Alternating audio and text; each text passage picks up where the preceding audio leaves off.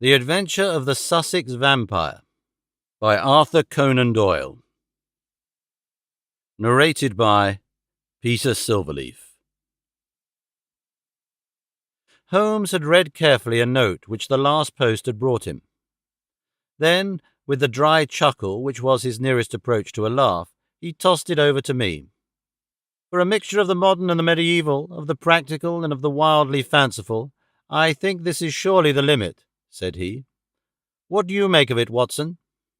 I read as follows. 46 Old Jury, November 19th. Vampires. Sir, our client, Mr. Robert Ferguson of Ferguson and Muirhead, tea brokers of Mincing Lane, has made some inquiry from us in a communication of even date concerning vampires. As our firm specializes entirely upon the assessment of machinery, the matter hardly comes within our purview, and we have therefore recommended Mr. Ferguson to call upon you and lay the matter before you. We have not forgotten your successful action in the case of Matilda Briggs. We are, sir, faithfully yours, Morrison and Dodd, per EGC. Matilda Briggs was not the name of a young woman, Watson, said Holmes in a reminiscent voice. It was a ship which is associated with the giant rat of Sumatra, a story for which the world is not yet prepared. But what do we know about vampires? Does it come within our purview, either? Anything is better than stagnation, but really we seem to have been switched on to a Grimm's fairy tale. Make a long arm, Watson, and see what V has to say. I leaned back and took down the great index volume to which he referred. Holmes balanced it on his knee, and his eyes moved slowly and lovingly over the record of old cases, mixed with the accumulated information of a lifetime. Voyage of the Glorious Scott, he read. That was a bad business. I have some recollection that you made a record of it, Watson, though I was unable to congratulate you upon the result. Victor Lynch, the forger? Venomous Lizard or Gia? Remarkable case, that. Vittoria, the circus belle? Vanderbilt and the Yeggman, Vipers, Vigor, the Hammersmith Wonder? Hello, good old index, you can't beat it. Listen to this, Watson. Vampirism in Hungary, and again vampires in Transylvania. He turned over the pages with eagerness, but after a short, intense perusal, he threw down the great book with a snarl of disappointment. Rubbish, Watson, rubbish! What have we to do with walking corpses who can only be held in their grave by stakes driven through their hearts? It's pure lunacy. But surely, said I, the vampire was not necessarily a dead man. A living person might have the habit. I have read, for example, of the old sucking the blood of the young in order to retain their youth. You are right, Watson. It mentions the legend in one of these references. But are we to give serious attention to such things? This agency stands flat-footed upon the ground, and there it must remain. The world is big enough for us. No ghosts need apply. I fear that we cannot take Mr. Robert Ferguson very seriously. Possibly this note may be from him and may throw some light upon what is worrying him. He took up a second letter which had lain unnoticed upon the table while he had been absorbed with the first. This he began to read with a smile of amusement upon his face, which gradually faded away into an expression of intense interest and concentration. When he had finished, he sat for some little time lost in thought, with the letter dangling from his fingers. Finally, with a start, he aroused himself from his reverie. Cheeseman's, Lamberley. Where is Lamberley, Watson? It is in Sussex, south of Horsham. Not very far, eh? And Cheeseman's? I know that country, Holmes. It is full of old houses which are named after the men who built them centuries ago. You get Audleys and Harveys and Carringtons. The folk are forgotten, but their names live in their houses. Precisely, said Holmes coldly. It was one of the peculiarities of his proud, self-contained nature that though he docketed any fresh information very quietly and accurately in his brain, he seldom made any acknowledgment to the giver.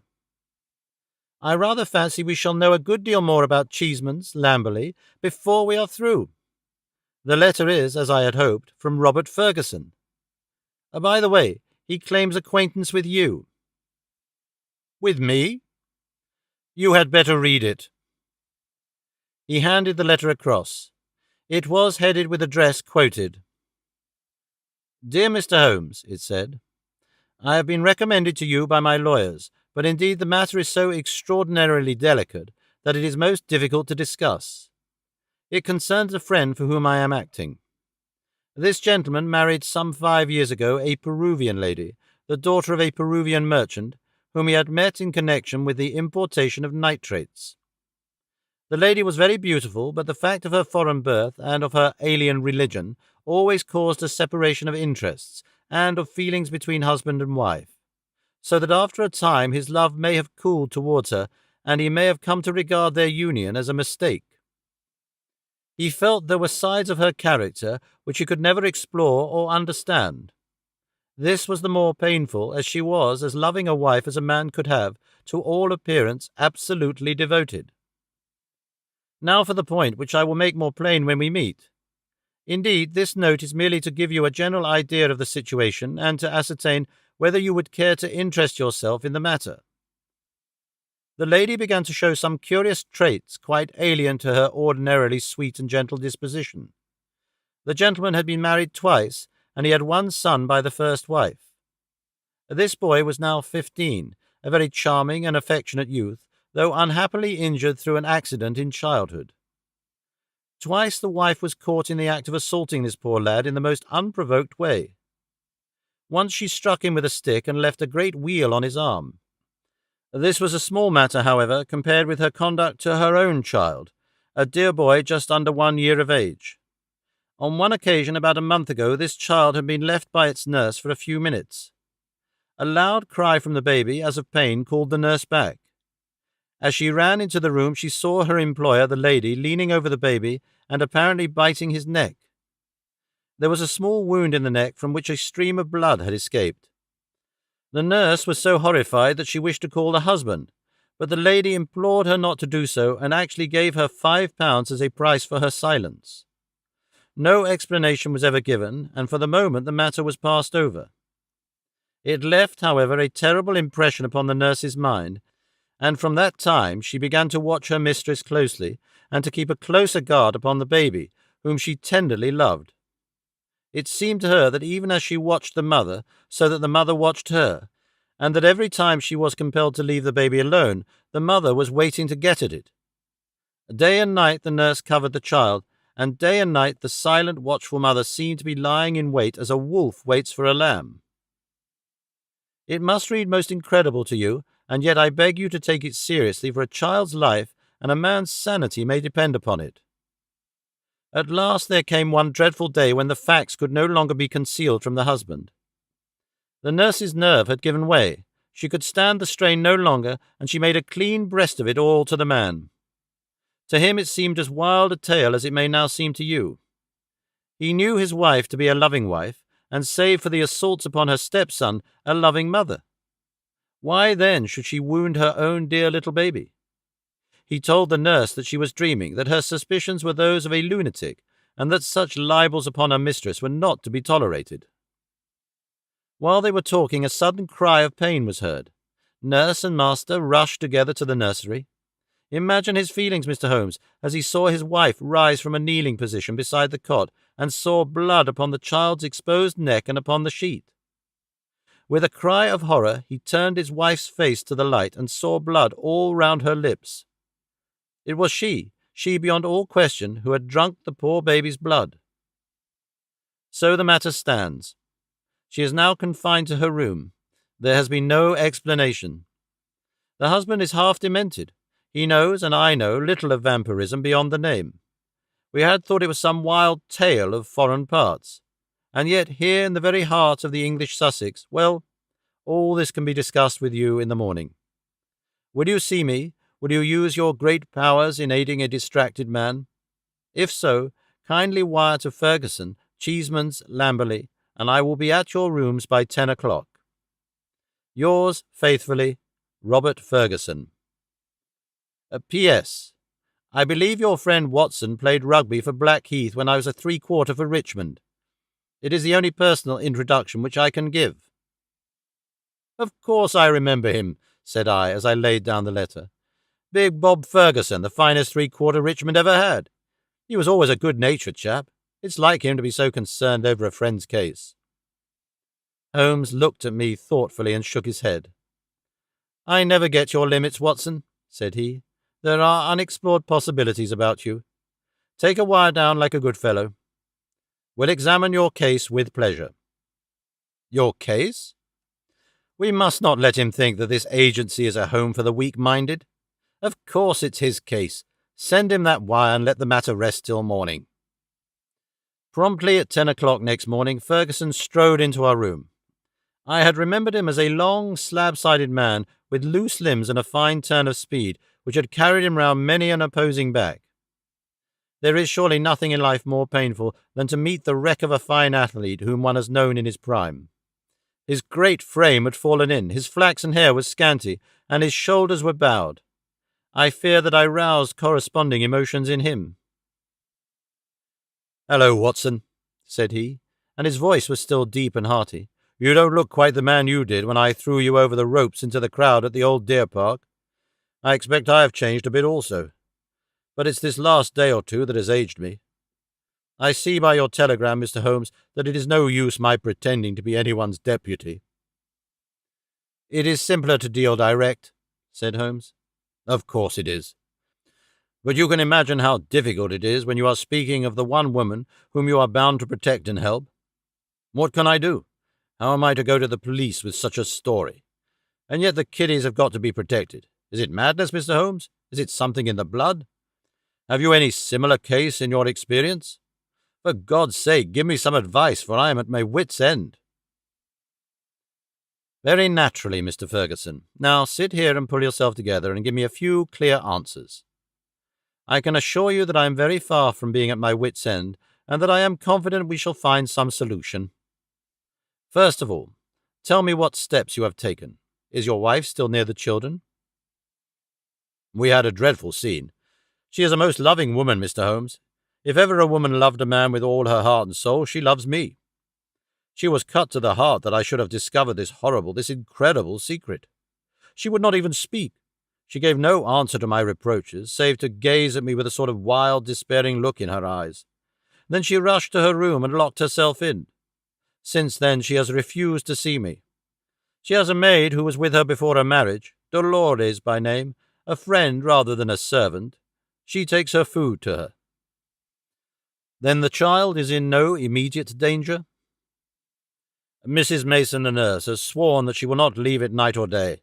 I can absolutely trust her. I am more uneasy about poor little Jack, for, as I told you in my note, he has twice been assaulted by her."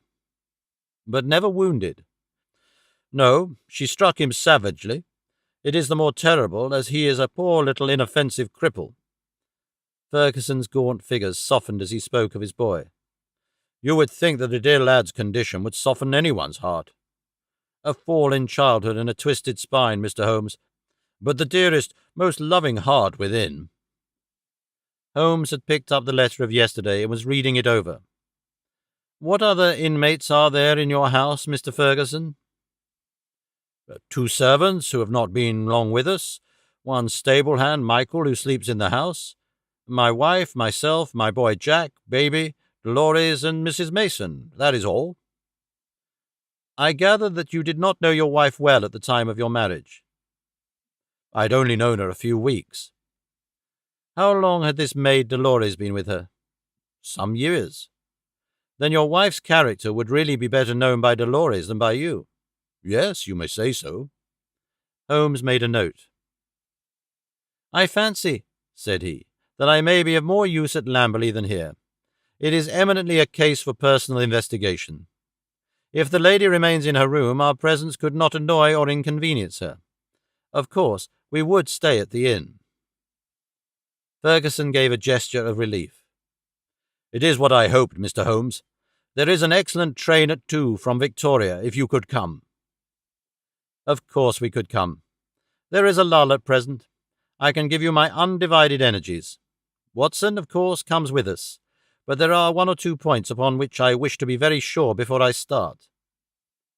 This unhappy lady, as I understand it, has appeared to assault both the children, her own baby and your little son?" "That is so. But the assaults take different forms, do they not? She has beaten your son, once with a stick and once very savagely with her hands."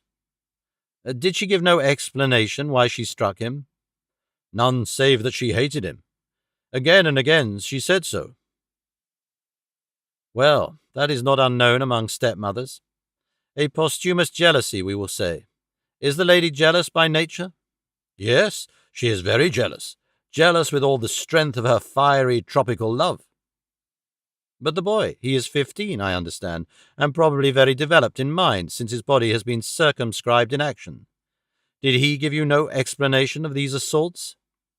"No. He declared there was no reason." "Were they good friends at other times?" "No, there was never any love between them." "And yet you say he is affectionate?" "Never in the world could there be so devoted a son. My life is his life. He is absorbed in what I say or do." Once again Holmes made a note. For some time he sat lost in thought. "No doubt you and the boy were great comrades before this second marriage. You were thrown very close together, were you not?" "Very much so."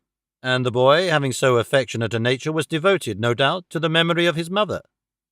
"Most devoted." "He would certainly seem to be a most interesting lad. There is one other point about these assaults. Were the strange attacks upon the baby and the assaults upon your son at the same period?" "In the first case it was so.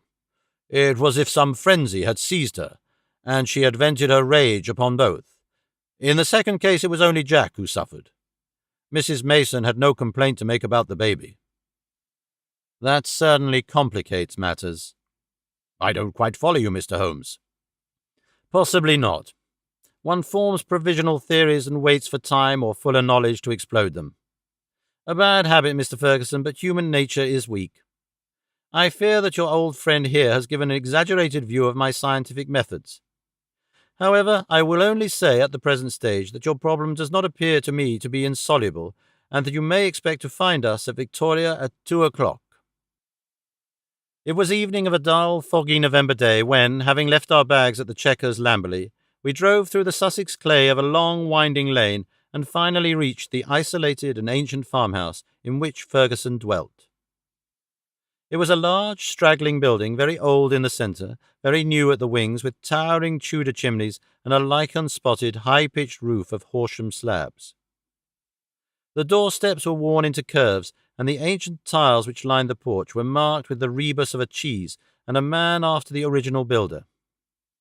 Within, the ceilings were corrugated with heavy oaken beams, and the uneven floors sagged into sharp curves. An odour of age and decay pervaded the whole crumbling building. There was one very large central room into which Ferguson led us. Here, in a huge old-fashioned fireplace with an iron screen behind it dated 1670, there blazed and spluttered a splendid log fire. The room, as I gazed round, was a most singular mixture of dates and of places. The half-panelled walls may well have belonged to the original yeoman farmer of the 17th century. They were ornamented, however, on the lower part by a line of well-chosen modern watercolours, while above, where yellow plaster took the place of oak, there was hung a fine collection of South American utensils and weapons, which had been brought, no doubt, by the Peruvian lady upstairs. Holmes rose with that quick curiosity which sprang from his eager mind, and examined them with some care. He returned with his eyes full of thought. "Hallo!" he cried. "Hallo!" A spaniel had lain in a basket in the corner. It came slowly forward towards its master, walking with difficulty. Its hind legs moved irregularly, and its tail was on the ground. It licked Ferguson's hand. "What is it, Mr. Holmes?" "The dog. What's the matter with it?" "That's what's puzzled the vet. A sort of paralysis. Spinal meningitis, he thought, but it is passing. He'll be all right soon. Won't you, Carlo?" A shiver of assent passed through the drooping tail. The dog's mournful eyes passed from one of us to the other. He knew that we were discussing his case. "Did it come on suddenly?" "In a single night." "How long ago?" Oh, it may have been 4 months ago. Very remarkable. Very suggestive. What do you see in it, Mr. Holmes? A confirmation of what I had already thought. For God's sake, what do you think, Mr. Holmes? It may be a mere intellectual puzzle to you, but it is life and death to me. My wife, a would-be murderer, my child in constant danger. Don't play with me, Mr. Holmes. It is too terribly serious. The big rugby three-quarter was trembling all over. Holmes put his hand soothingly upon his arm.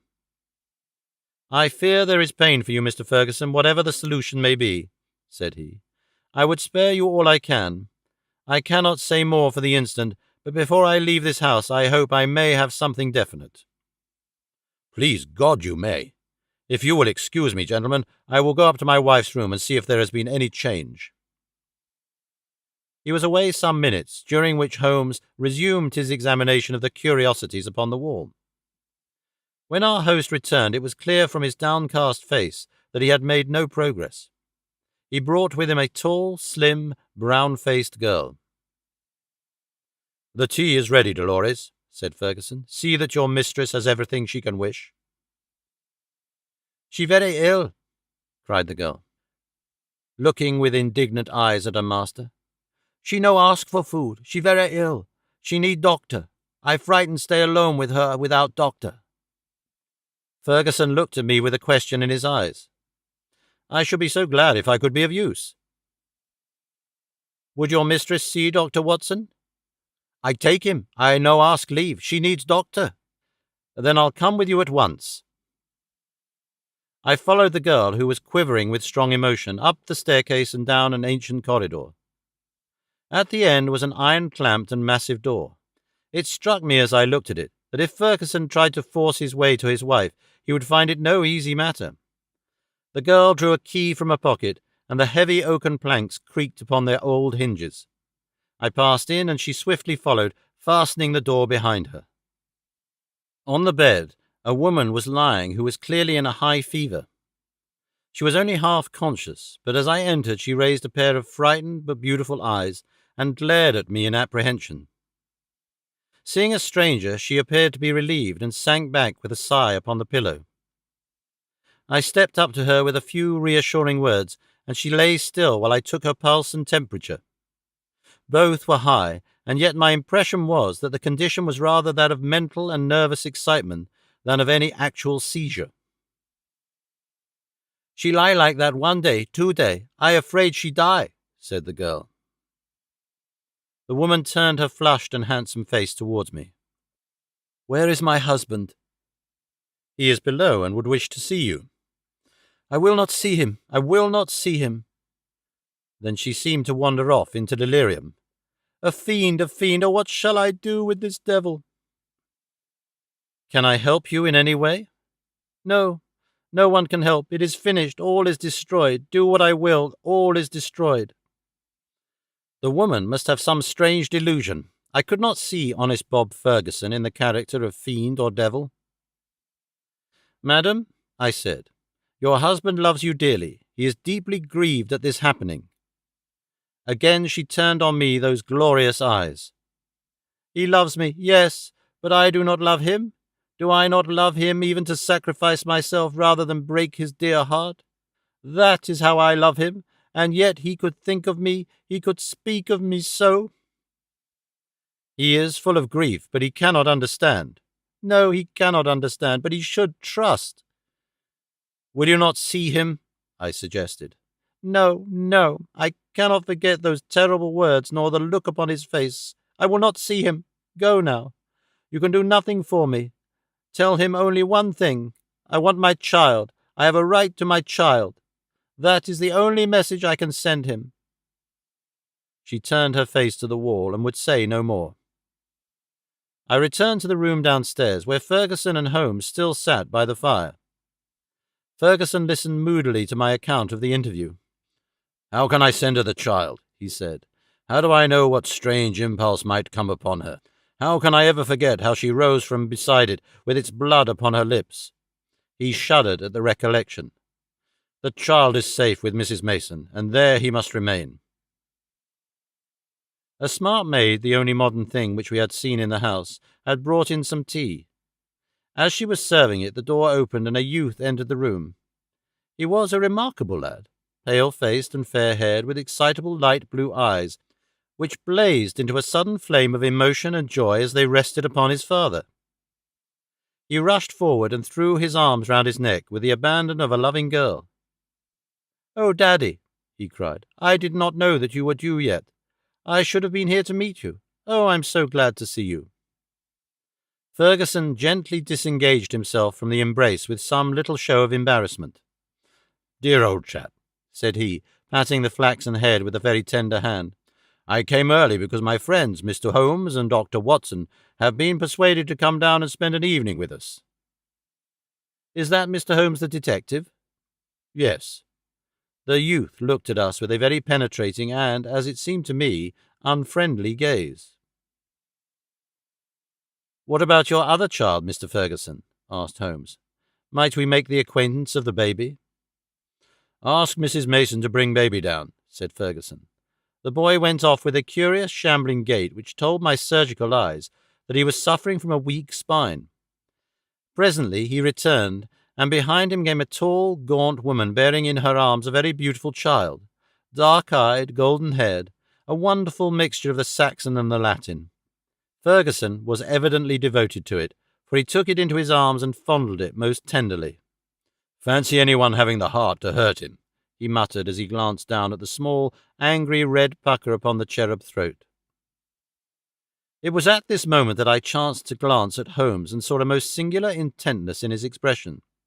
His face was as set as if it had been carved out of old ivory, and his eyes, which had glanced for a moment at father and child, were now fixed with eager curiosity upon something at the other side of the room. Following his gaze, I could only guess that he was looking out through the window at the melancholy dripping garden. It is true that a shutter had half closed outside and obstructed the view, but none the less it was certainly at the window that Holmes was fixing his concentrated attention. Then he smiled, and his eyes came back to the baby. On its chubby neck there was this small puckered mark. Without speaking, Holmes examined it with care. Finally he shook one of the dimpled fists which waved in front of him. "Goodbye, little man. You have made a strange start in life. Nurse, I should wish to have a word with you in private." He took her aside and spoke earnestly for a few minutes. I only heard the last words, which were, "Your anxiety will soon, I hope, be set at rest." The woman, who seemed to be a sour, silent kind of creature, withdrew with the child. "What is Mrs. Mason like?" asked Holmes. "Not very prepossessing externally, as you can see, but a heart of gold, and devoted to the child." "Do you like her, Jack?" Holmes turned suddenly upon the boy. His expressive mobile face shadowed over, and he shook his head. "Jack has very strong likes and dislikes," said Ferguson, putting his arm round the boy. "Luckily I am one of his likes." The boy cooed and nestled his head upon his father's breast. Ferguson gently disengaged him. "Run away, little Jackie," said he, and he watched his son with loving eyes until he disappeared. "Now, Mr. Holmes," he continued when the boy was gone, "I really feel that I have brought you on a fool's errand, for what can you possibly do save give me your sympathy? It must be an exceedingly delicate and complex affair from your point of view." "It is certainly delicate," said my friend with an amused smile, "but I have not been struck up till now with its complexity. It has been a case for intellectual deduction, but when this original intellectual deduction is confirmed point, by quite a number of independent incidents, then the subjective becomes objective, and we can say confidently that we have reached our goal. I had, in fact, reached it before we left Baker Street, and the rest has merely been an observation and confirmation." Ferguson put his big hand to his furrowed forehead. "For heaven's sake, Holmes," he said hoarsely, "if you can see the truth in this matter, do not keep me in suspense. How do I stand? What shall I do? I care nothing as to how you have found your facts, so long as you have really got them." "Certainly I owe you an explanation, and you shall have it. But you will permit me to handle the matter in my own way? Is the lady capable of seeing us, Watson?" "She is ill, but she is quite rational." "Very good. It is only in her presence that we can clear the matter up. Let us go up to her." "She will not see me," cried Ferguson. "Oh, yes, she will," said Holmes. He scribbled a few lines upon a sheet of paper. "You at least have the entree, Watson. Will you have the goodness to give the lady this note?" I ascended again and handed the note to Dolores, who cautiously opened the door. A minute later I heard a cry from within, a cry in which joy and surprise seemed to be blended. Dolores looked out. "She will see then, she will listen," said she. At my summons, Ferguson and Holmes came up. As we entered the room, Ferguson took a step or two towards his wife, who had raised herself in the bed, but she held out her hand to repulse him. He sank into an armchair, while Holmes seated himself beside him, after bowing to the lady, who looked at him with wide-eyed amazement. "I think we can dispense with Dolores," said Holmes. "Oh, very well, madam. If you would rather she stayed, I can see no objection. Now, Mr. Ferguson, I am a busy man with many calls, and my methods have to be short and direct. The swiftest surgery is the least painful. Let me first say what will ease your mind. Your wife is a very good, a very loving, and a very ill-used woman." Ferguson sat up with a cry of joy. "Prove that, Mr. Holmes, and I am your debtor forever." "I will do so, but in doing so I must wound you deeply in another direction." "I care nothing so long as you clear my wife.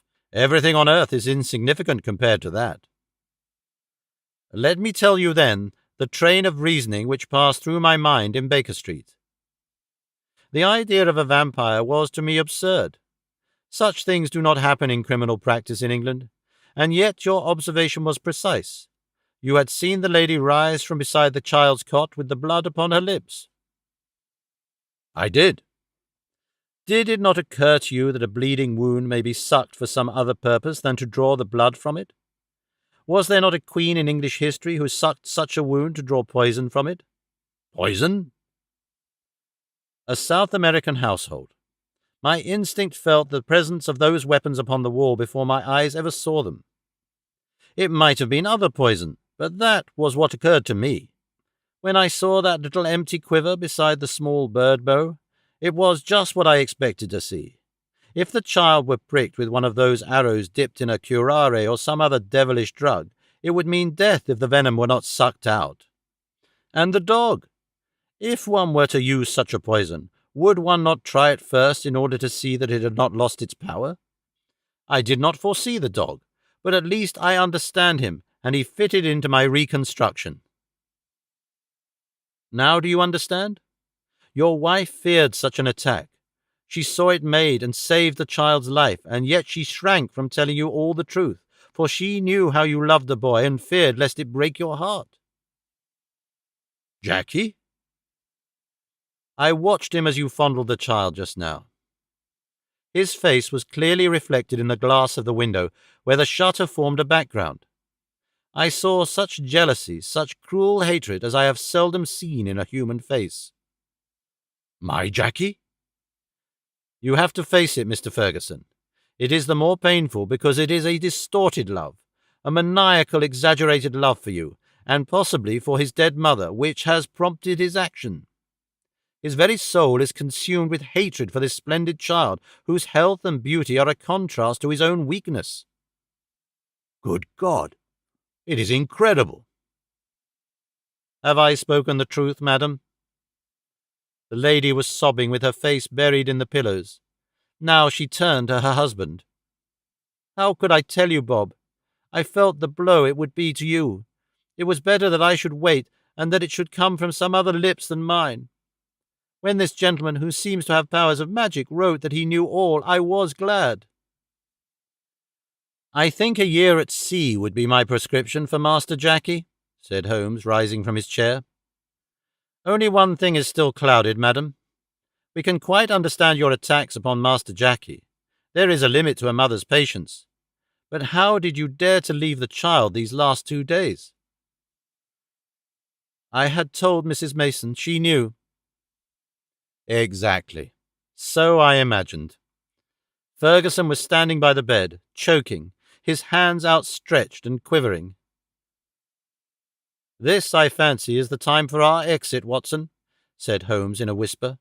"If you will take one elbow of the two faithful Delorys, I will take the other. There now," he added as he closed the door behind him. "I think we may leave them to settle the rest among themselves." I have only one further note of this case. It is the letter which Holmes wrote in final answer to that which the narrative begins. It ran thus: Baker Street, November 21st. Vampires. Sir, referring to your letter of the 19th, I beg to state that I have looked into the inquiry of your client, Mr. Robert Ferguson, of Ferguson and Muirhead, tea brokers of Mincing Lane, and that the matter has been brought to a satisfactory conclusion, with thanks for your recommendation. I am, sir, faithfully yours, Sherlock Holmes.